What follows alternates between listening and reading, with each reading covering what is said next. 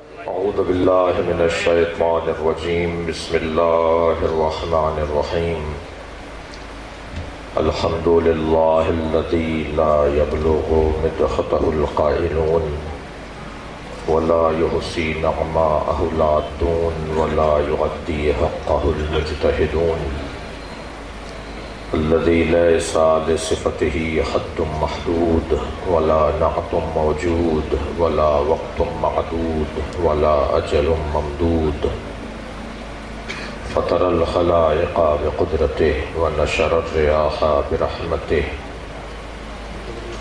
الصلاة والسلام على الرسول المصدق المصطفى العمجد المحمود الأحمد سيدنا ومولانا ومولى الكونين جد الحسن والحسين وعاني أبا القاسم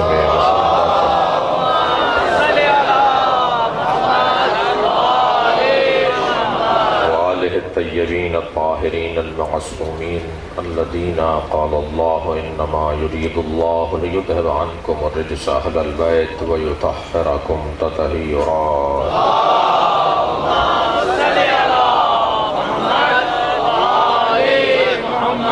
لعنة الله على أعدائهم أجمعين من يوم عداوتهم إلى قيام يوم الدين أما بعد قال الحكيم في القرآن الكريم بسم الله الرحمن الرحيم واعتصموا بحبل الله جميعا ولا تفرقوا صلوات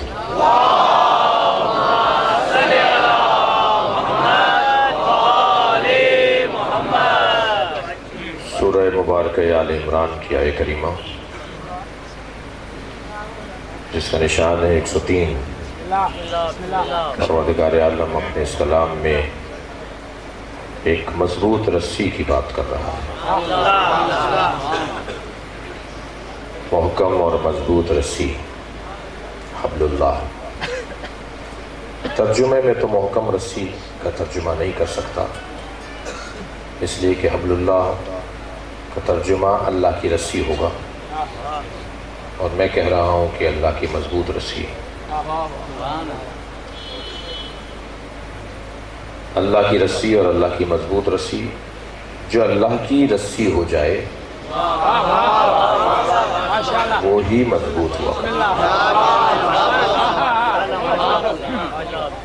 جیسے ہی کسی چیز کو اللہ سے نسبت ہو جائے وہ پھر محکم اور مضبوط ہو جاتی ہے جو کی روٹی جو گھٹنے کے زور سے توڑ کے کھاتا ہے وہ 2 انگلیوں سے باب خیبر اٹھاتا ہے کیوں؟ اس لیے کہ اس کی نسبت اللہ سے ہو گئی اگر کوئی لاغر و ناتوان بھی ہو اور وہ اللہ والا ہو تو خبردار کسی کو پھٹے ہوئے کپڑوں میں دیکھ کر اسے کمزور نہ سمجھنا لاغر و ناتوان بھی اگر اللہ والا ہے وہی ہے جو صاحب قوت ہے خانہ کعبہ کو گرانے کے لیے ہاتھیوں کا لشکر آیا تھا اللہ اگر ہاتھیوں کے مقابل ہاتھی بھیج دیتا تو گویا اللہ نے ہاتھیوں کی طاقت کو تسلیم کر لیا مجھے کر رہا ہے اللہ نے ہاتھیوں کے مقابل ہاتھی نہیں بھیجے حیثیت نہیں ہے ہاتھیوں کی اللہ کے لشکر کے مقابل اللہ نے ہاتھیوں کے مقابل ابابیل کا لشکر بھیجا جو انتہائی کمزور ناتوان چھوٹا سا پرندہ اتنا سا پرندہ جو آپ کی مٹھی میں آ جائے اس کی چونچ کتنی بڑی ہوگی اس چونچ میں کنکر کتنا بڑا ہوگا ہاتھی کی کھال کتنی موٹی ہے مگر بھاگنے پہ مجبور کر دیا نا معلوم یہ ہوا کہ یہ مت دیکھنا کہ کون کتنا لمبا چوڑا ہے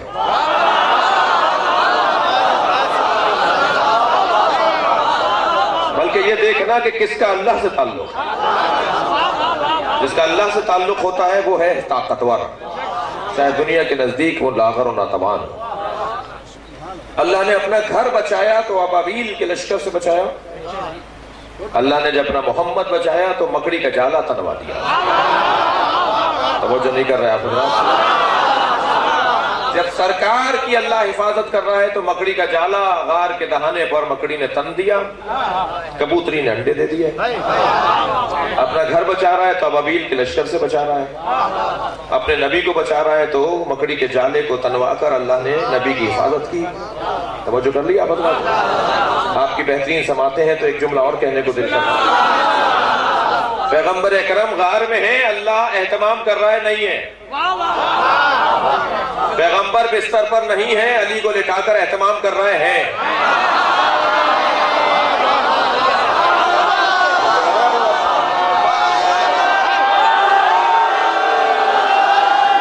بستر پر پیغمبر نہیں ہے، اللہ اہتمام کر رہے ہیں نہیں ہے۔ اللہ تقیہ کرے تو جائز،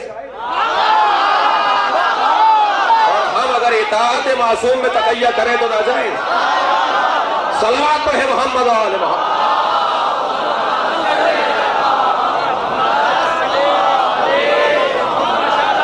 توجہ کر لیا حضرات؟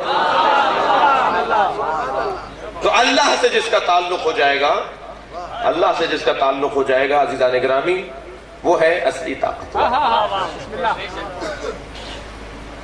آپ غور فرمائیں، آپ کو جتنا مارا گیا ہے اتنے آپ نے ترقی کیوں کی؟ جتنا آپ کے ساتھ ظلم ہوا ہے نا، اگر کسی اور قوم کے ساتھ ہوتا تو کوئی نام لینے والا نہیں ہوتا، لیکن جتنے آپ کے جنازے گرے ہیں اتنی مجلسیں بڑھ گئی،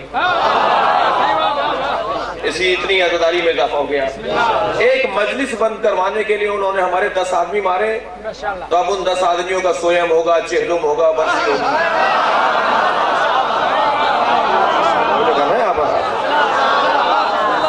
ایک مجلس بند کروانے کے لیے انہوں نے 10 آدمی شہید کر دیے، 10 کے ہاں کم سے کم 3 مجلسیں ہو گئیں، تو مجلس بڑھی یا کم ہوئی؟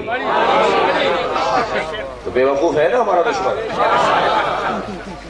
ان کے پاس ہمیں ختم کرنے کا کوئی راستہ نہیں ہے سوائے اس کے کہ ہمارے آگے جھک جائیں۔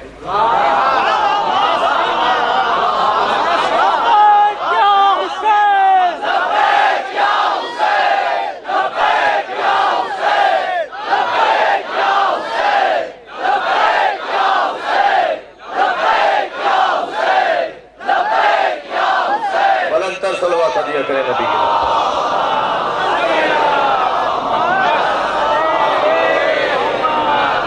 توجہ کر لیا۔ ہم سے کہا جاتا ہے کہ ہم ان کے ساتھ بیٹھتے کیوں نہیں ہیں؟ فلاں ٹی وی چینل پر، فلاں مذاکرے میں، فلاں ٹیبل ٹاک پر، فلاں ٹاک شو میں ہم ان کے ساتھ بیٹھتے کیوں نہیں ہیں؟ اس لیے کہ ہم سنیوں کے ساتھ بیٹھنے کو تیار ہیں، سازشیوں کے ساتھ بیٹھنے کو تیار ہیں۔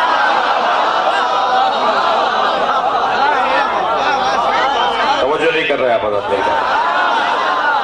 ہم اہل سنت کے ساتھ بیٹھے ہوئے ہیں، ہمارا سنی بھائیوں سے بڑا گہرا اتحاد ہے۔ پاکستان میں ملی یکجہتی کونسل میں 25 مذہبی جماعتیں ہیں، 2 شیعہ جماعتیں ہیں، باقی 23 سنی جماعتیں ہیں، ہم وہاں بیٹھے ہوئے ہیں۔ الحمدللہ میں اس کی مرکزی کابینہ میں ہوں۔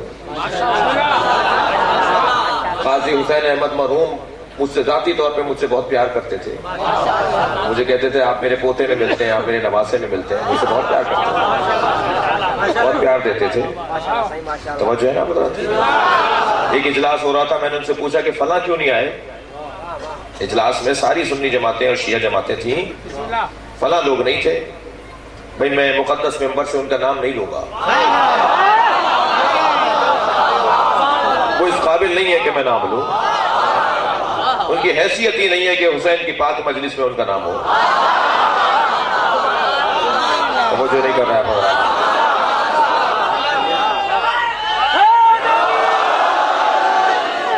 میں نے قاضی حسین احمد مرحوم سے کہا، اسلام آباد کا اجلاس تھا جماعت اسلامی کے مرکز میں، جی میں نے قاضی صاحب سے کہا قاضی صاحب فلاں لوگ کیوں نہیں آئے؟ تو کہنے لگے آپ نہیں چاہتے کہ اجلاس مکمل ہو جائے؟ توجہ کر رہے ہیں؟ تو بات ہی کر رہا تھا کہ آپ کو اتنا مارا گیا مگر عزاداری بڑھی، کم نہیں۔ تو ہمارا دشمن اتنا بے وقوف ہے کہ جو چیز کرنا چاہتا ہے اسے کرنے کا طریقہ اس سے نہیں آتا۔ بے وقوف دشمن پہ خوش نہیں ہونا چاہیے، سمجھدار دشمن پہ خوش ہونا چاہیے، اور جو علی سے دور ہوگا وہ سمجھدار نہیں ہوگا، جو اہل بیت سے دور ہوگا وہ سمجھدار نہیں ہوگا. جی ملاوٹ کی چیز کھانے والے کبھی صحت مند نہیں ہوتے.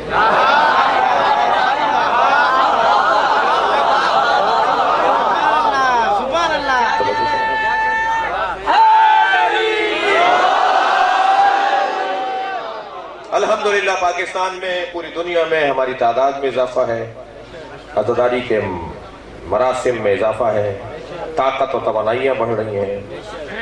ہمارے بچوں اور ہمارے جوانوں اور ہماری بیویوں، ہماری خواتین، اس مجلس میں بھی بڑی تعداد خواتین کی آ رہی ہے مجلس میں. ان کی بڑی بڑی طاقتیں ہیں، بڑے حوصلے ہیں، ان کے مسلسل جد و جہد ہے. ایک تحریک ہے عزاداری.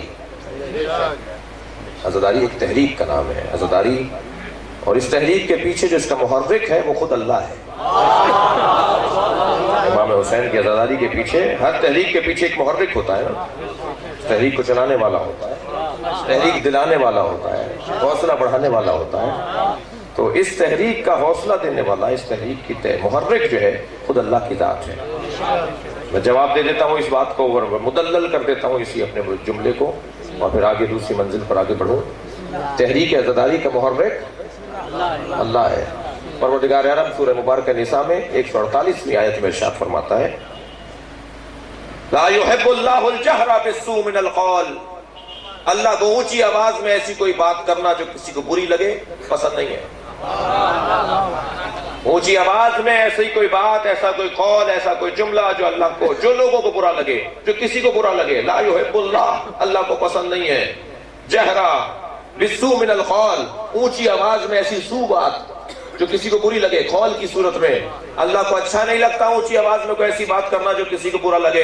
الا من ظلم، مگر جس میں ظلم ہوا ہے اونچی آواز میں بولے، چاہے کسی کو برا لگے، اللہ کو اچھا لگتا ہے.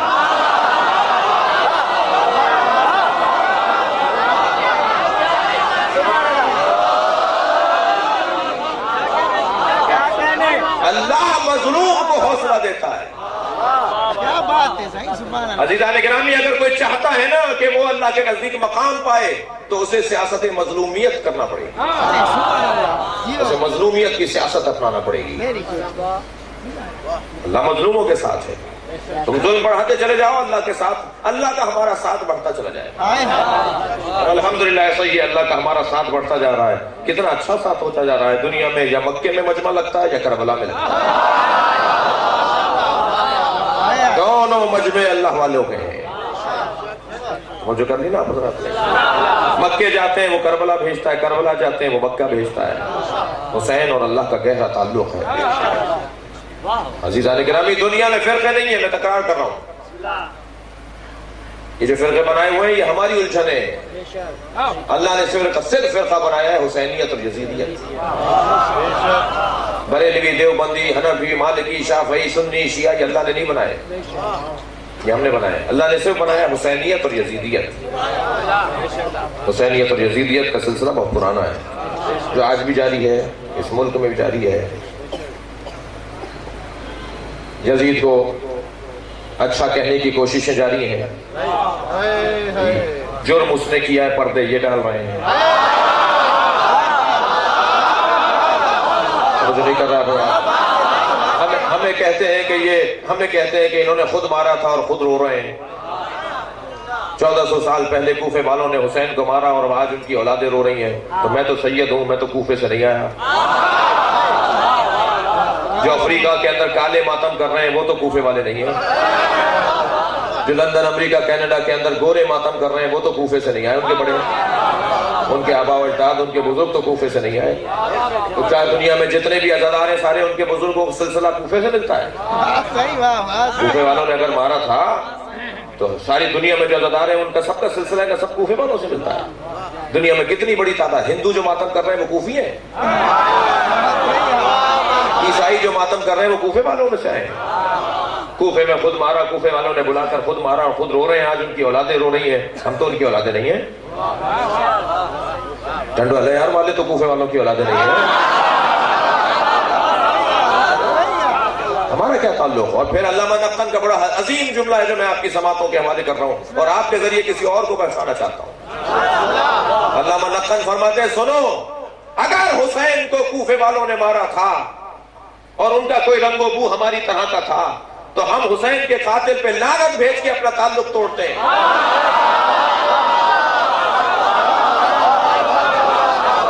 ہم امام حسین کے قاتلوں پہ لعنت بھیج کے اپنا تعلق توڑتے ہیں. تمہارا تعلق نہیں ہے تو تم بھی لعنت بھیجو.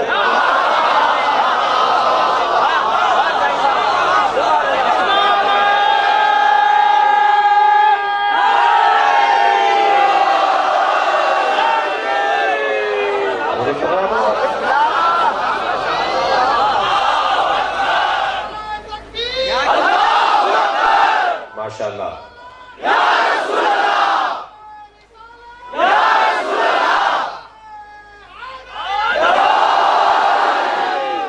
توجہ کر رہے ہیں.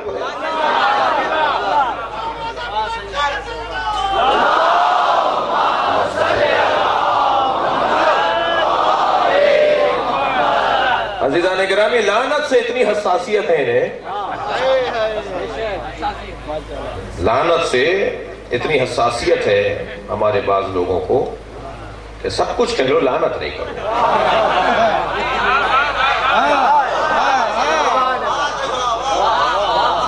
تہران میں ایک اجلاس ہو رہا تھا، پوری دنیا کے مختلف فرقوں کے لوگ آئے تھے. مولانا آیت اللہ جعفر الہادی میرے استاد ہیں، وہ مجھے بیان کر رہے تھے. آج کل انہیں فالج ہو گیا، اللہ انہیں زندگی دے. قوم کی سرزمین پر حضرت آیت اللہ جعفر خوش نویس جعفر الہادی رہبر کے دفتر، جب مکے جاتے ہیں وہ حج کرنے کے لیے تو بیسا جو لگتا ہے، تو رہبر کے دفتر میں مناظرے کا جو شعبہ ہے، جو لوگوں کو اہل بیت کے مکتب کی طرف دعوت دینے والا شعبہ ہے، ہر سفر کے اندر 10 لوگ ہیں جو فقہ اہل بیت کا انتخاب کرتے ہیں. اس ٹیم کا ان کی سربراہ ہے آیت اللہ جعفر الہادی. وہ فرما رہے تھے کہ تہران میں ایک اجلاس ہو رہا تھا، پوری دنیا کے مختلف فرقوں کے لوگ وہاں جمع تھے. تو ہمارے ایک عالم نے خطبہ دیتے ہوئے، جیسے ابھی میں نے خطبہ دیتے ہوئے درود و سلام نبی اور آل نبی پر بھیج کر ان کے دشمنوں پر، ان کے اعداء پر، ان کے مخالفوں اور دشمنوں پر لعنت بھیجی، خطبہ پڑھتے ہوئے ابھی لعنت بھیجی. تو وہ ہمارے ایک عالم نے ایسے ہی خطبے میں لعنت بھیجی تو 4 بڑے بڑے مفتی کھڑے ہو گئے، کہنے لگے کہ ہم آپ کے پاس آئے ہیں اس لیے نہیں کہ ہم کسی کے اوپر لعنت سنیں. وہ واک آؤٹ کر کے جانے لگے. تو پھر وہاں بیٹھے ہوئے ہمارے مجتہدین نے کہا کہ صاحب ہمیں انہیں بٹھانا ہے، یہ بیٹھ جائیں، آپ لعنت نہیں بھیجیں، آپ تبرہ کر لیں، تبرہ نہ کریں. تو وہ کچھ ماحول ایسا ہو گیا تھا، وہ پوری داستان ہے. میں اعتراض کر رہا ہوں کہ ہمارے بعض لوگوں کو لعنت سے بڑی چڑ ہے، لعنت کے بارے میں. اور قرآن مجید کہہ رہا ہے کہ اے میرے حبیب، جب دلیل آ جانے کے بعد کوئی نہ مانے تو ان سے کہو کہ ہم اپنے بیٹوں کو لاتے ہیں، تم اپنے بیٹوں کو لاؤ، ہم اپنی عورتوں کو لاتے ہیں، تم اپنی عورتوں کو لاؤ، ہم اپنے نفسوں کو لاتے ہیں، تم اپنے نفسوں کو لاؤ. ثم نبتہل، اور پھر ہم مباہلہ کریں گے. وَنَجْعَلْ لَعْنَتَ اللَّهِ عَلَى الْكَاذِبِينَ، اور اللہ کی لعنت بھیجیں گے جھوٹوں کے اوپر. لعنت اللہ کی ہے، بھیجیں گے اہل بیت، بھیجیں گے پنجتن. تو اب وہاں پر لعنت کو دیکھ کر ایک مرتبہ مسیحیوں نے کہا نہیں، ہم جزیہ دینے کو تیار ہیں مگر اہل بیت کی لعنت لینے کو تیار نہیں ہیں. میرے چھٹے امام سے پوچھا گیا مولا لعنت آئی تھی مگر انہوں نے لعنت لی نہیں، چلے گئے، تو لعنت کا معیار کیا؟ حضرت نے فرمایا ایک مرتبہ اللہ نے ایک قصہ دکھا دیا کہ جو بھی پنجتن کے مقابل آتا رہے گا لعنت آتی رہے گی. لعنت کو ایٹم بم نہیں ہے بھائی، توجہ ہے، معاف کیجیے گا، لعنت کو ایٹم بم نہیں ہے. لعنت عدم برکت کو کہتے ہیں. جس کی زندگی سے برکت اٹھ جائے وہ لعنتی ہے. جس کی زندگی میں یہ برکت ہو اسے حسین علیہ السلام کہتے ہیں، اس میں سلامتی ہے.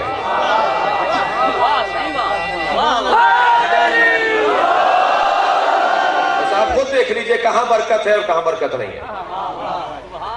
تو لعنت سے بہت سے دوست ہمارے حساس ہیں. لعنت عدم برکت کو کہا جاتا ہے. قرآن نے کوئی 25 جگہ پر لوگوں پر لعنت بھیجی ہے، اللہ نے بھیجی ہے. ہم قرآن کی آیت پڑھتے ہیں کہتے ہیں یہ تبرہ کر رہے ہیں. قرآن کی آیتیں لعنت بھیجی گئی ہے.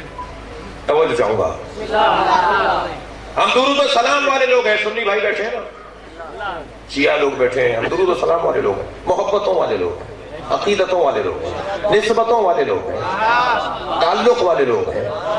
جی سلام کرتے ہیں آپ کسی کو تو اس کا دل آپ کی طرف مڑتا ہے یا نہیں؟ آپ کسی کو بھی سلام کریں، بچے کو کریں، فوراً وہ آپ کی طرف توجہ کرے گا، بڑے کو کریں وہ توجہ کرے گا۔ جب سلام کرتے ہیں تو توجہ ہوتی ہے نا، جس پہ سلام ہو رہا ہوتا ہے۔ یہ کیسے ممکن ہے نبی پہ سلام اور نبی کی توجہ نہ ہو؟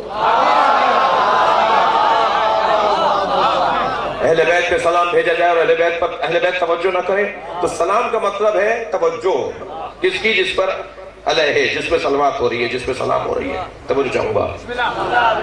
تو ہم یہ بات سمجھا رہے تھے، ایک صاحب کو کہنے لگے بھائی مرنے کے بعد سلام کا کوئی فائدہ نہیں ہے، وہ مر گئے۔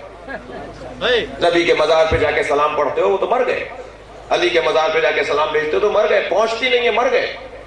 میں نے کہا انہیں کیسے سمجھائیں کہ پہنچتی ہے؟ تو ہم نے دیکھا کہ یہ حساس ہے ایک چیز سے، تو وہ چیز ان کو سمجھ میں آ جائے گی تو سلام بھی سمجھ میں آ جائے گا۔ میں نے ان سے پوچھا بتائیے آپ کے دادا زندہ ہیں؟ کہنے لگے نہیں انتقال ہو گیا۔ میں نے کہا ان پہ اللہ کی لعنت ہو۔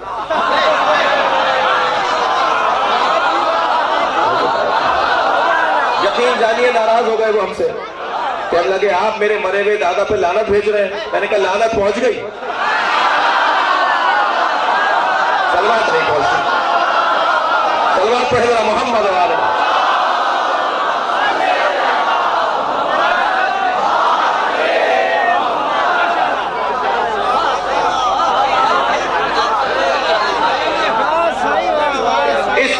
کا تعلق عزیزان گرامی بیداری کا تعلق ہے۔ مردہ لوگ اور سوئے ہوئے لوگ اس دروازے سے وابستہ نہیں ہوتے، بعض لوگ مر بھی جاتے ہیں تو زندہ ہوتے ہیں کیونکہ اہل بیت سے جڑے ہوئے ہیں۔ اور درود و سلام کا سلسلہ ایک معقول ہے، ایک مسنون ہے، اور ایک قرآن و سنت سے مستند سلسلہ ہے درود و سلام کا سلسلہ۔ لعنت کا بھی ایسے ہے۔ اب ایک فرمائش ہے ہمارے دوستوں کی، اور میں اس فرمائش تک پہنچنے کے لیے 4-5 منٹ کی تمہید لوں گا۔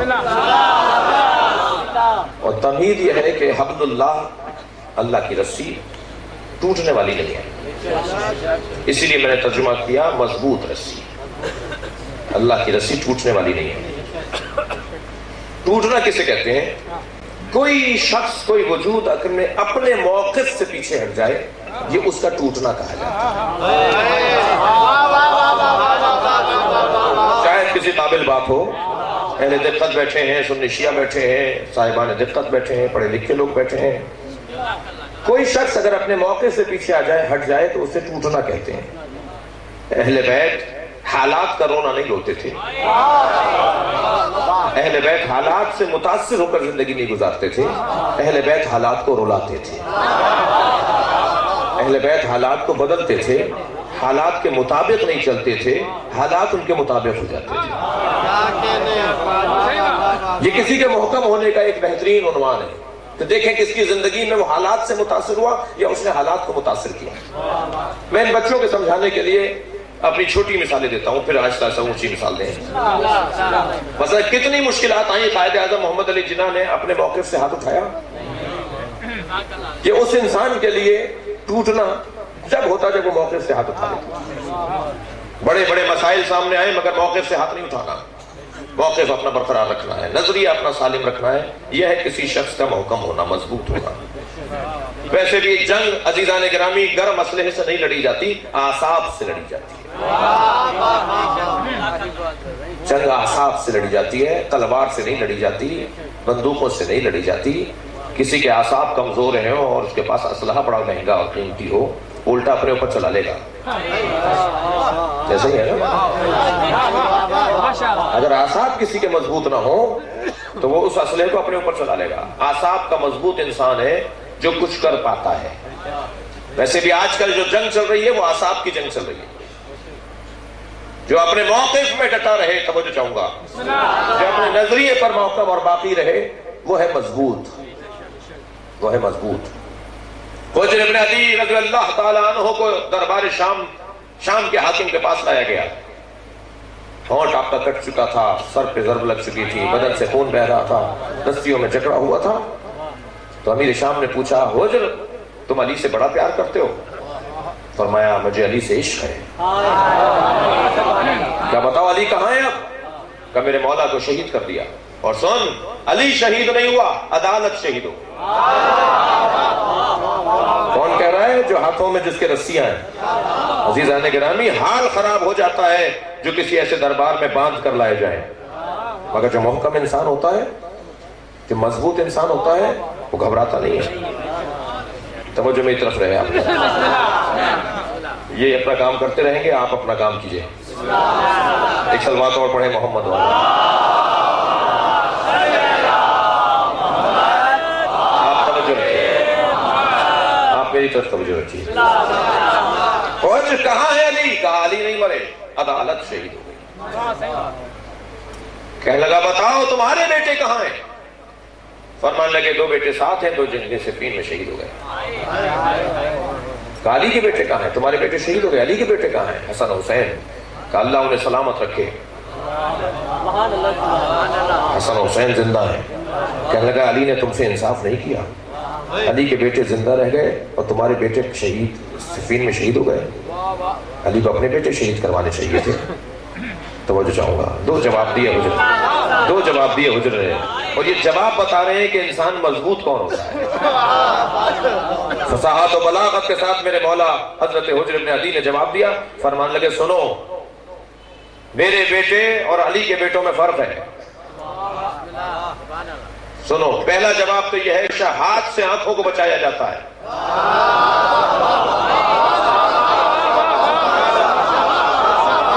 میرے بیٹے ہاتھ تھے علی کے اور حسنین علی کی آنکھیں ہیں۔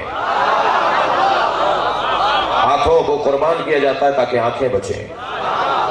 اور پھر جملہ کہا، مجھے کہتا ہے کہ علی کے بیٹے زندہ ہیں، میرے بیٹے شہید ہو گئے، میں علی سے شرمندہ ہوں، میں زندہ ہوں اور علی شہید ہو گیا۔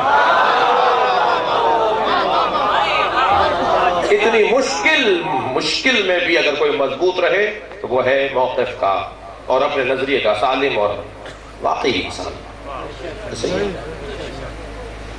ان ہستیوں میں عزیزان گرامی ایک بہت بڑا نام جناب سعدیہ ہے، حرہ سعدیہ کا ہے، حلیمہ سعدیہ کی بیٹی حلیمہ سعدیہ رضی اللہ تعالی عنہ، ان کی بیٹی حرہ سعدیہ۔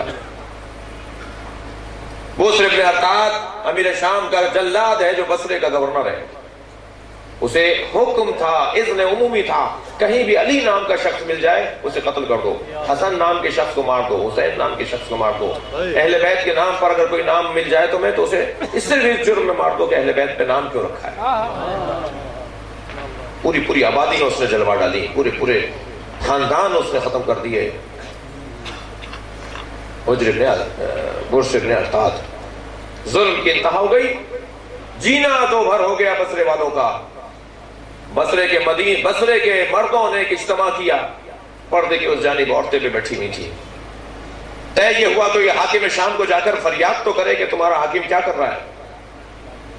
تو کسی مرد میں ضرورت نہیں ہوئی کہ وہ یہ کہے کہ میں جاؤں گا اور بات کروں گا۔ پردے کے پیچھے سے حرہ سعدیہ کی آواز آئی، میں جاؤں گی۔ حرہ بہت ظالم ہے، تم کیا کرو گی جا کے؟ کہا میں جا کر بتاؤں گی کہ میں کون ہوں۔